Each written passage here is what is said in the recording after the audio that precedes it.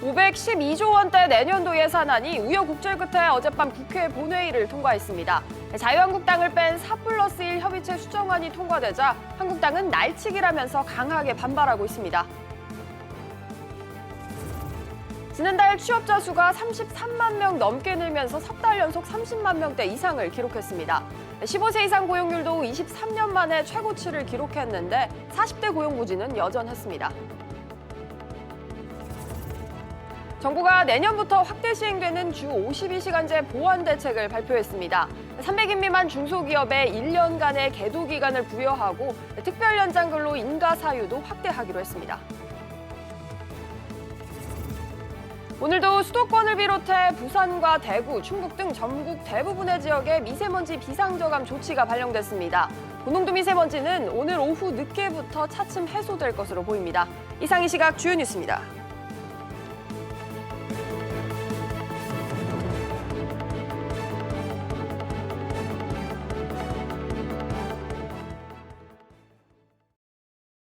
시청자 여러분 안녕하십니까? 수요일 백브리핑 시시각각 시작합니다.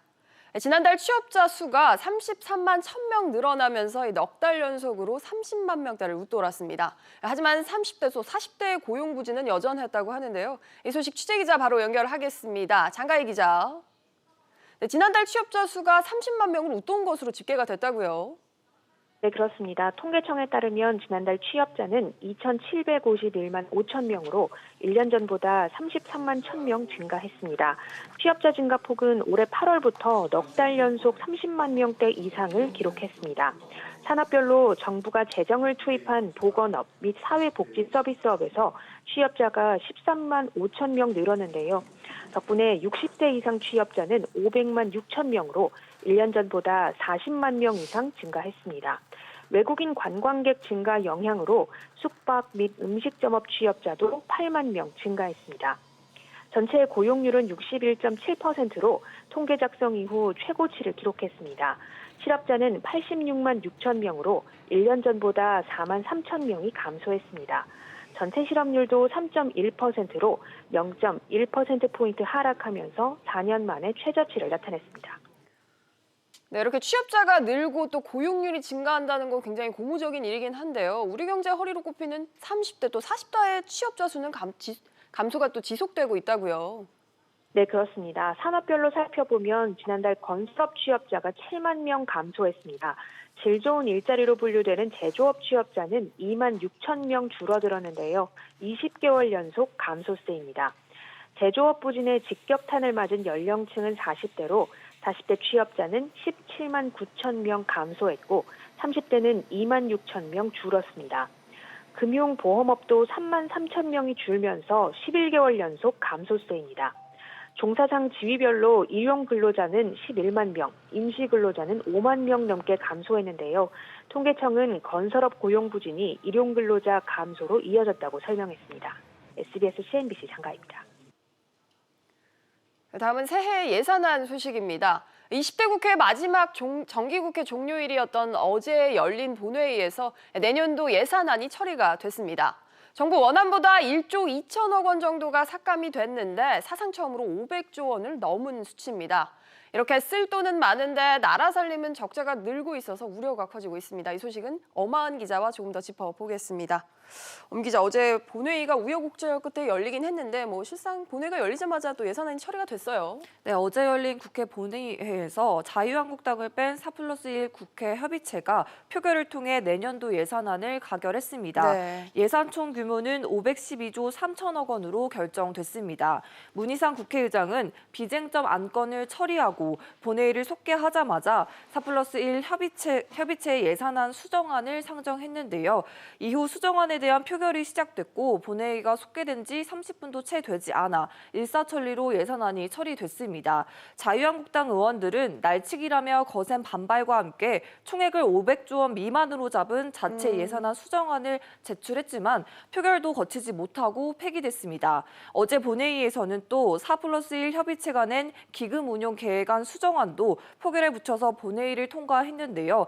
한국당이 제출한 기금 운용 계획안 자체 수정안은 정부가 동의하지 않는다는 이유로 폐기됐습니다.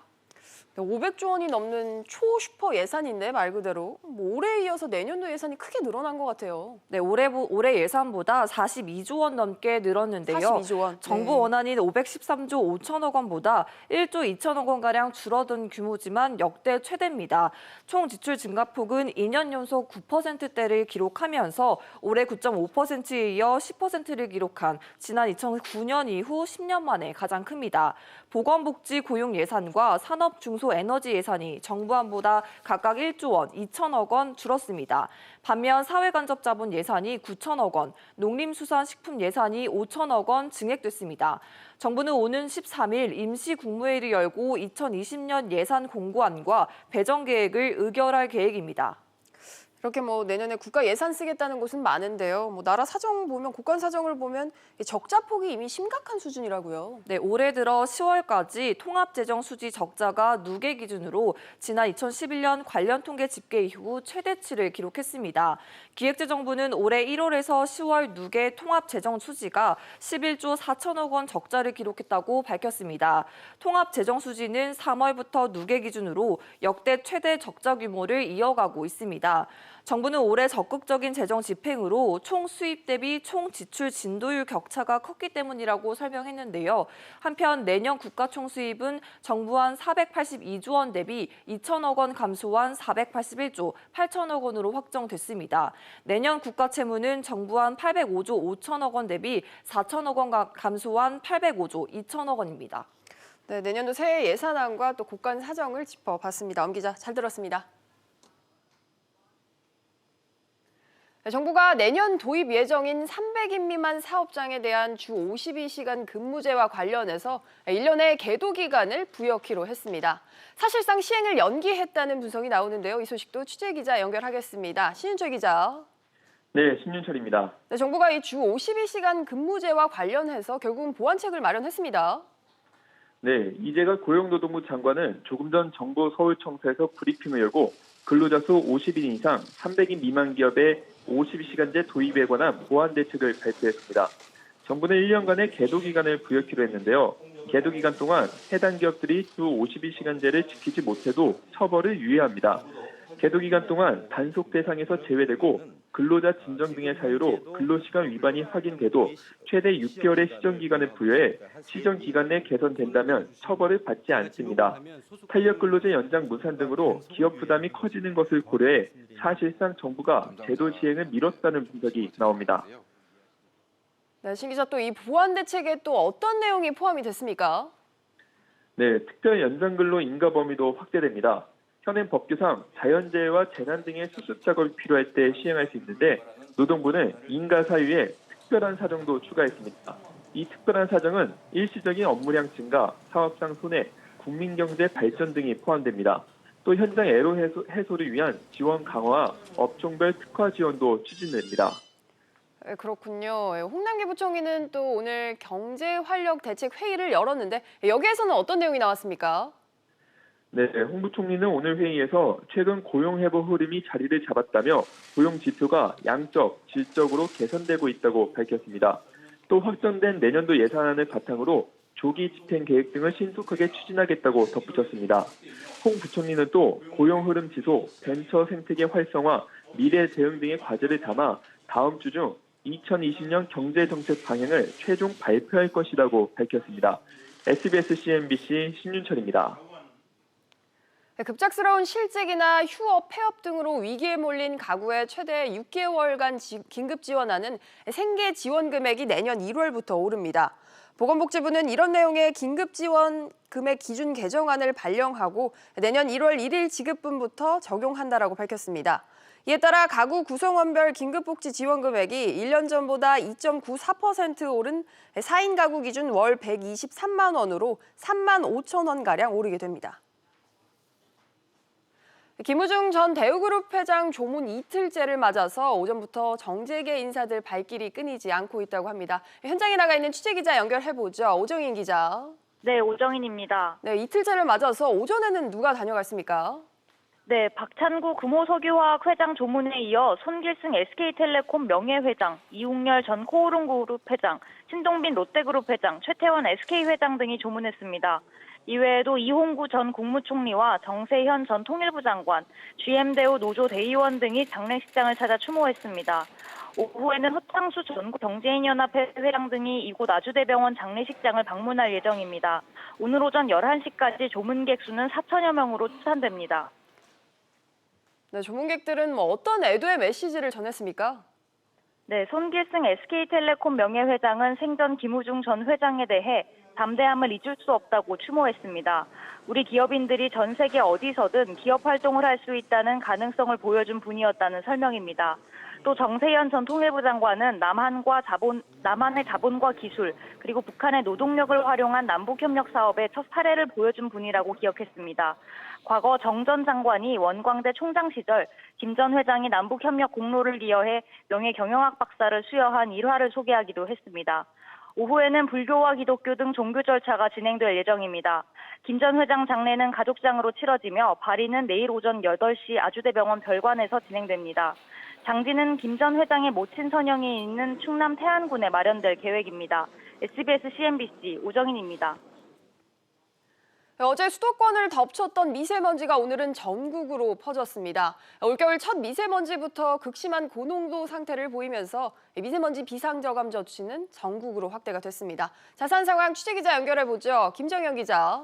네, 김정현입니다. 지금 서울 창밖을 보면 육안으로 봐도 굉장히 뿌연 상황인데 지금 미세먼지 상황 자세히 전해주시죠. 네, 오전 11시 기준 서울의 미세먼지 농도는 세제곱미터당 156 마이크로그램, 초미세먼지 농도는 104 마이크로그램으로 모두 매우 나쁨 수준을 나타내고 있습니다.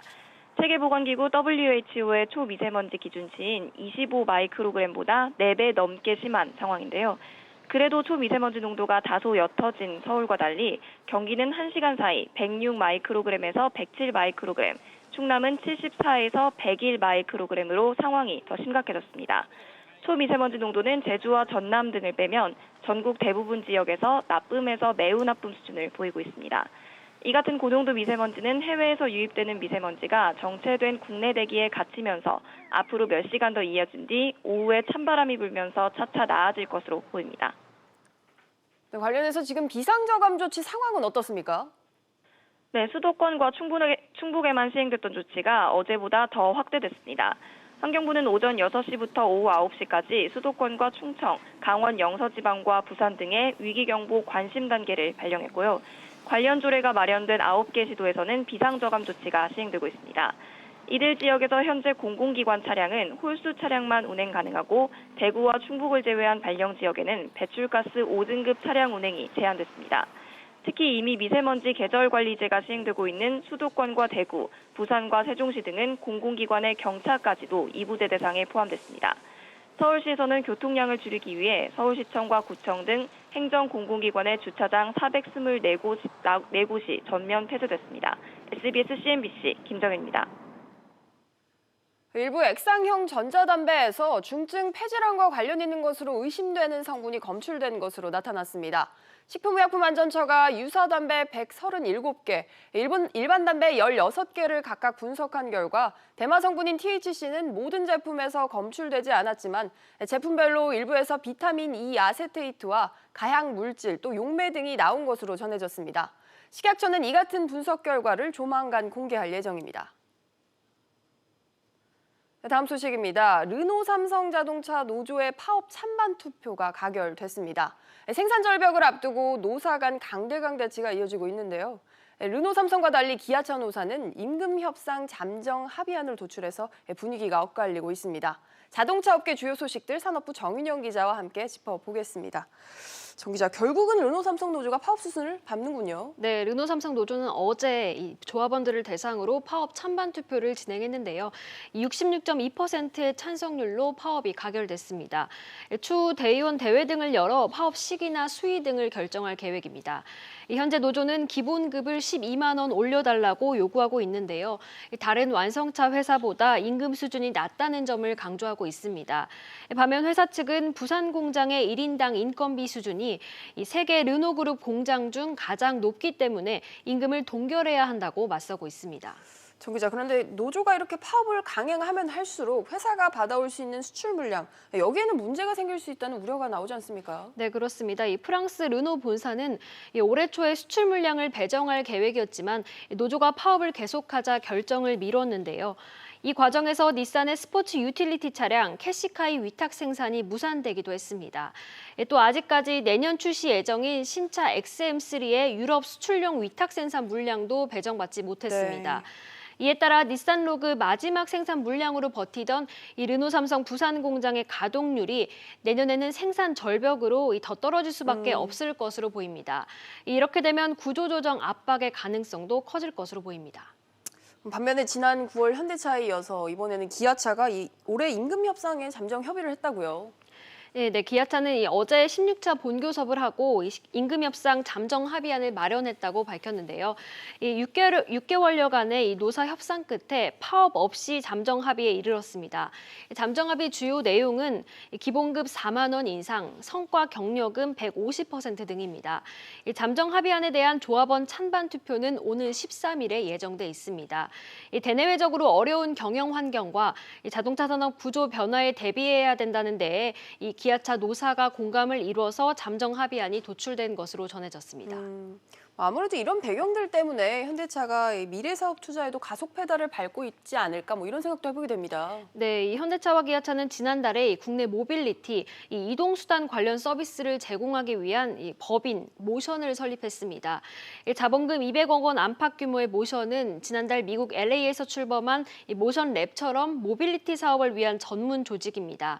아직 모션의 구체적인 사업 방향이나 출자 비율 등은 확정되지 않았는데요. 그동안 해외에서 모빌리티 분야 투자를 주로 해온 현대차 그룹이 국내 서비스를 본격적으로 시작하려 한다는 분석이 나오고 있습니다. 정 기자 말 들어보면 현대차가 모빌리티 사업에 굉장히 많이 투자를 하고 있는 것 같아요. 네, 지난해 정의선 수석부회장이 자동차 제조업체에서 스마트 모빌리티 솔루션 제공 기업으로 전환을 공표한 뒤에 사업의 속도를 내고 있습니다. 현대차 그룹은 2025년까지 이 모빌리티 서비스 플랫폼에 1조 8천억 원을 투자하겠다고 밝히기도 했는데요. 대중교통과 카쉐어링 등 여러 교통수단을 조합해서 이동 편의성을 높이는 서비스를 계속 개발하겠다는 구상입니다. 네, 정 기자 잘 들었습니다. 다음 소식입니다. 임대 기간이 끝나고도 세입자에게 보증금을 돌려주지 않는 임대 사업자에 대해서 자격 박탈과 함께 그동안 받았던 세금 감면 혜택도 환수하는 정책이 추진됩니다. 어떤 소식인지 취재기자 바로 연결해보죠. 황인표 기자. 네, 황인표입니다.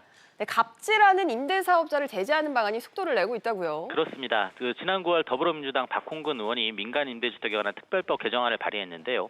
임대 계약이 끝났는데도 이런저런 핑계를 대면서 보증금을 돌려주지 않는 임대 사업자에 대해 이 사업자 자격을 박탈하고 그동안 누린 세금 감면 등의 혜택도 환수하는 것이 골자입니다. 최근 수백여 채의 전셋집을 가진 집주인이 전세금을 돌려줄 수 없다며 이 세입자에게 임대주택을 떠넘기거나 아예 잠적하는 등 이른바 깡통전세 문제가 커지고 있지만 처벌한 방법이 없자 이 같은 법안이 발의된 건데요.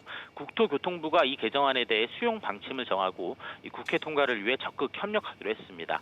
한편 지난달 기준 전국의 임대사업자는 47만 2천 명, 임대주택은 149만 채에 달합니다.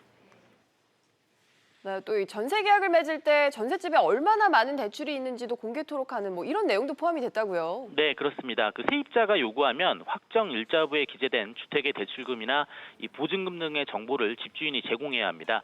세입자 입장에서 자기가 살게 될 전셋집에 얼마나 많은 빚이 있는지 확인하기 위해서입니다. 현재로선 집주인이 동의하지 않으면 세입자가 관련 정보를 확인할 방법이 없었습니다. 집주인의 세금 체납 설명 의무도 시행령에서 법률로 상향 조정됐는데요. 그동안 임대차 계약을 체결하거나 임대 후 계약 내용을 바꿀 때 임대사업자의 세금 체납 여부를 알리도록 하는 내용이 시행령에는 있었지만 이걸 지키는 집주인들이 많지 않자 법률로 상향 조정했습니다. 만약 집주인이 세금 체납이 있는데도 없다고 이 거짓 정보를 줄 경우에는 임대사업자 등록을 취소하고 1년 이하의 징역 또는 1,000만 원 이하의 벌금에 처하는 내용도 이번 개정안에 포함됐습니다. SBS CNBC 황인표입니다. 문재인 정부 임기 절반 동안 재임한 청와대 고위 관료 65명의 부동산 재산이 3년여 만에 평균 3억 2천만 원, 40% 가까이 오른 것으로 조사됐습니다. 경제정의실천시민연합은 문정부 출범 이후 대통령 비서실 소속 고위 공직자들 65명의 아파트 오피스텔 재산 평균은 8억 2천만 원에서 11억 4천만 원으로 올랐다고 밝혔습니다. 부동산 재산이 가장 많이 증가한 공직자는 주현 중소벤처비서관으로 13억 8천만 원, 여연호 국정홍보비서관은 11억 3천만 원, 김조원 민정수석비서관은 11억 원이 올랐습니다. 벼랑 끝에 몰린 차량 호출 서비스 타다가 서비스 이용자들에게 지지를 호소하면서 어제부터 서명 운동에 돌입했습니다. 자세한 내용은 취재기자 연결해보죠. 조슬기 기자. 네, 조슬기입니다. 타다가 이용자들을 상대로 지지 서명 운동을 벌이고 있다고요?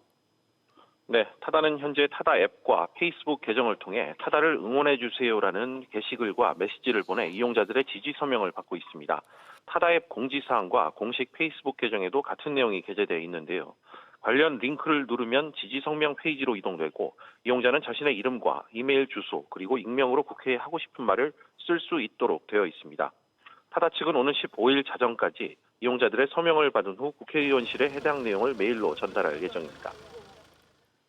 직접 문자 메시지들 받은 분들도 있을 것 같은데 타다가 이렇게까지 하는 거 그만큼 상황이 절박하기 때문이겠죠? 네, 그렇습니다. 이재용 소카 대표가 연일 자신의 페이스북을 통해 국회와 정부를 향해 날선 비판을 쏟아내고 있지만 법안 통과를 막아내기는 힘든 상황입니다. 타다는 개정안이 통과되면 타다는 더 이상 존재할 수 없다며 150만 이용자는 타다를 더 이상 이용할 수 없고 10,000명이 넘는 드라이버들은 일자리를 잃게 된다고 주장했습니다. 이 대표는 이렇게 응원을 부탁드릴 생각까지는 없었지만 상황이 쉽지 않다며 국회와 국토부에 이용자의 목소리를 들려달라고 말했습니다. 타다 기사들도 청와대 국민청원 게시판에 글을 올리며 타다 금지법에 반대 목소리를 내고 택시기사와 타다, 시민들이 모두 상생할 수 있는 지혜를 모았으면 좋겠다고 밝혔습니다. SBS CNBC 조슬기입니다. 다음은 우리 수출 소식입니다. 12개월 연속 마이너스 행진 중인 우리 수출이 이달 들어서는 증가세로 출발했다고 합니다. 수출이 살아나는 모습을 보이는 배경 취재기자 연결해서 알아보죠. 이한나 기자. 네, 이한나입니다. 이달에는 수출이 좀 순조롭게 출발을 했다고요? 네, 관세청에 따르면 이달 들어서부터 어제까지 수출은 129억 달러를 기록했습니다. 지난해 같은 달보다 7.7%인 9억 2천만 달러 늘어난 규모입니다. 다만 조업일 수가 지난해보다 0.5일 더 많은데요. 이를 고려하면 실제 하루 평균 수출 증가율은 0.5% 수준이라고 관세청은 설명했습니다. 이달 말까지 이런 기조가 유지되면 13개월 만에 반등입니다. 네, 기자. 구체적으로 보면 어떤 품목들의 수출이 늘었습니까? 네, 품목별로 살펴보면 우선 자동차 부품이 21.8% 급등했습니다. 또 무선 통신기기가 18%, 승용차가 10.9%로 10% 이상의 증가율을 보였습니다. 다만 반도체 수출은 23.4% 줄어 감소세를 이어갔습니다. 네, 국가들별로는 어떻게 나왔습니까? 네, 중동 수출이 102.4%로 크게 늘었습니다. 또 EU가 21.8%, 중국이 6.1%, 미국이 3.2% 증가했습니다. 다만 일본과 싱가포르 수출은 각각 7.2% 줄었습니다. 정부는 수출 감소율이 14.8%를 기록했던 지난 10월이 수출 경기의 저점이라고 판단합니다. 이에 따라 이달부터 12개월 연속 마이너스 행진에 따른 기저효과가 발생한다는 점을 감안해 내년 1분기에 우리 수출이 반등할 것으로 내다봅니다. SBS CNBC 이한나입니다. 삼성전자에서 통신 장비를 만드는 네트워크 사업부가 올해 역대 최대 매출을 기록할 전망입니다. 특히 5G 장비 시장에서 강세를 나타내고 있다고 하는데요. 취재기자 연결해서 자세한 소식 들어보겠습니다. 오수영 기자. 네, 오수영입니다. 네, 삼성전자의 통신 장비, 그중에서도 이 5G 장비의 시장 점유율 성장세가 눈에 띈다고요? 네, IHS 마켓에 따르면 올해 3분기 말 삼성전자의 통신 장비 시장 점유율은 11%로 세계 4위입니다. 지난해 말 5%를 기록해서 중국의 중兴통신에도 밀렸던 5위였던 데 비하면 시장 점유율을 빠르게 끌어올린 겁니다. 특히 5G 통신 장비 시장에선 23%의 점유율을 나타내면서 2위를 차지해서 1위인 화웨이를 맹추격하고 있습니다. 네, 이렇게 시장 점유율이 늘어나면서 덩달아 매출도 좀 늘어났죠. 그렇습니다. 삼성전자 네트워크 사업부는 지난 3분기까지 매출 4조 200억 원을 냈습니다. 지난해 매출이 4조 1,700억 원이었는데요. 작년 한 해 동안 냈던 매출 규모를 올해는 3분기 만에 달성한 겁니다. 올해 매출 총액은 5조 5천억 원을 넘길 것으로 추정되고 있는데 그러면 사상 최고를 기록하게 됩니다. 네, 그런데다가 한 가지 더 좋은 소식은 내년에는 이 5G 시장이 조금 더 확대가 된다고요. 네, 전 세계 통신업계는 올해 3.5GHz 저주파 대역을 사용하는 5G망 구축을 시작했는데요. 내년에는 28GHz 고주파 대역 5G 투자에 나설 계획입니다. 완전 자율주행차 등이 개발되려면 수많은 정보를 더 빨리 공유할 수 있는 고주파 대역의 5G 통신망이 필수적입니다. 삼성전자는 5G 시장 초기부터 28GHz 실증을 진행해 왔는데요. 이에 따라 화웨이보다도 고주파 대역 기술력이 앞선 것으로 평가되고 있어 내년 실적도 기대되고 있습니다. SBS CNBC 오수영입니다. 우리나라 중견 제조업체의 수익성이 최근 몇 년 새 크게 둔화한 것으로 나타났습니다. 한국은행에 따르면 우리나라 중견 제조기업의 매출액 세전 순이익률은 지난 2016년 6.7%에서 2017년 5.5%, 지난해에는 3.8%로 2년 연속 하락했습니다. 반면 같은 기간 제조 대기업의 매출액 세전 순이익률은 7.2%에서 7.3%로 올랐습니다. 우리나라가 올해 에너지 건전성 평가에서 세계 37위로 선진국 중 최하위권을 기록했습니다. 세계 에너지 총회가 발표한 국가별 에너지 트릴레마 지수를 보면 우리나라는 71.7점을 받아 조사 대상 128개국 중 37위로 지난해보다 2계단 하락했습니다. 경제협력개발기구 OECD 36개 회원국 중에서는 31위에 그친 것으로 안보와 지속가능성에서 낙제점을 받은 것이 원인으로 꼽힙니다. 최근 이어진 실적 부진 속에 국내 30대 그룹의 임원 자리가 매년 줄어든 것으로 나타났습니다. 기업평가 사이트 CEO 스코어에 따르면 9월 말 기준 국내 30대 그룹 중 분기보고서를 제출하는 262개사에 공시된 임원 수는 모두 9,742명으로 4년 전보다 53명이 줄었습니다. 그룹별로는 삼성이 356명으로 가장 많이 줄었고 이어 두산과 현대중공업, 그다음이 포스코 순이었습니다. 증시 상황입니다. 현재 국내 증시 상승하고 있습니다. 코스피가 0.3% 오르며 2,104포인트 보여주고 있고요. 코스닥 같은 경우는 0.2% 상승세입니다. 628포인트 나타내고 있습니다. 오늘 눈에 띄는 종목들 함께 살펴보시죠. 먼저 삼성전자입니다. 삼성전자가 5G 장비 시장에서 세계 2위로 도약하며 호재로 작용한 모습입니다. 현재 1%가량 오름세 보여주고 있습니다.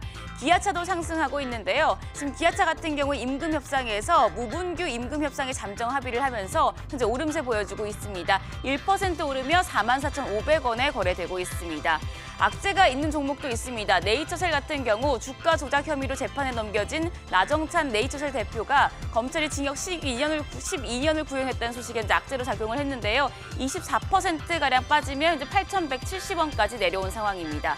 마지막으로 에이프로젠 제약입니다. 바이오시밀러 제조업체인 에이프로젠이 국내에서 11번째로 기업 가치 1조 원 이상인 기업이죠. 유니콘 기업의 이름을 올렸습니다. 이 소식에도 불구하고 에이프로젠 제약 현재 하락세 보여주고 있는데요. 하락 반전했습니다. 1.74% 하락하며 1,415원에 거래되고 있습니다. 지금까지 증시 상황이었습니다. 오늘 저희가 준비한 소식은 여기까지입니다. 시청해주신 여러분 고맙습니다.